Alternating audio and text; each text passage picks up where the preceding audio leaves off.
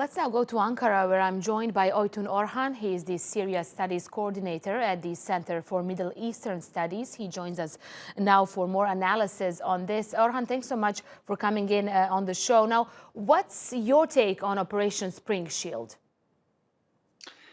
Well, the ultimate goal for Turkey is to establish a full secure zone in which the Syrians, nearly 3.5 million Syrians, will settle without any kind of regime offensive and also airstrike. So in that sense, Turkey initiated a cooperation with Russia to establish that safe zone, which in the context of the Sochi deal.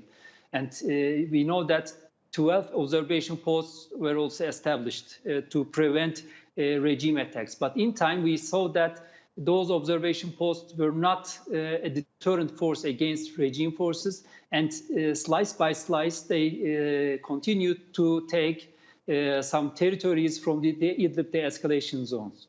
So within that process, Turkey tried to persuade Russians to put more pressure over Syria to end those operations, but which didn't work, or which lasted with very short-lived ceasefires. And at the end, as regime forces reached to critical point, psychological point, which is M4 and M5, Turkey thought that rather than diplomatic initiatives, we should be on the ground to stop regime offensive. And that's now the operation is going on.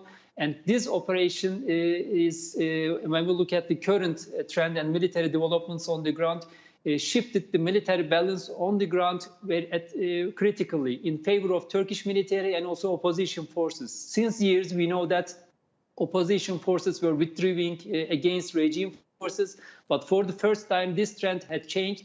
Sarakip, which is a critical crossroads on M4 and M5, has taken back by opposition forces.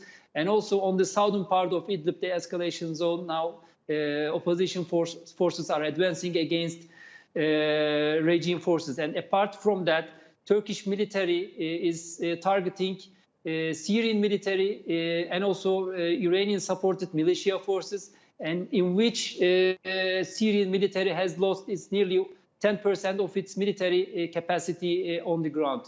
And one of the most critical development is the downing of Syrian jets, because the weakness part of the Turkish operation was the air superiority of Syrian regime. But by downing of the Syrian jets, Turkey somehow is also balancing this air cover issue in Idlib. Right. And while all this fighting is taking place, Erdogan and Putin are due to meet in a couple of days. Can the two sides agree on some kind of diplomatic solution that actually works for Turkey and for Russia both? Well, Russia should take into consideration the current picture on the ground, which is shifting, as I said, in favor of Turkey and opposition forces. And if this trend goes on, it could have worse implications for the Syria regime, and which also will undermine Russia's position in Idlib.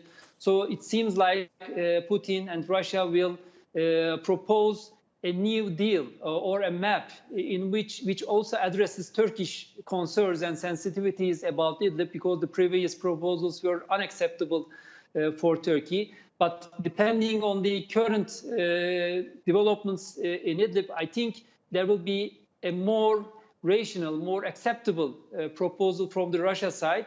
But of course, we should wait for some Russian and regime counter moves, military moves in the coming days. Before the Putin-Erdogan meeting, they will try to change this trend if they can. But in long term, I don't think that with the current military balance on the ground, I don't think that it is still applicable for regime forces to fully take control of Idlib area.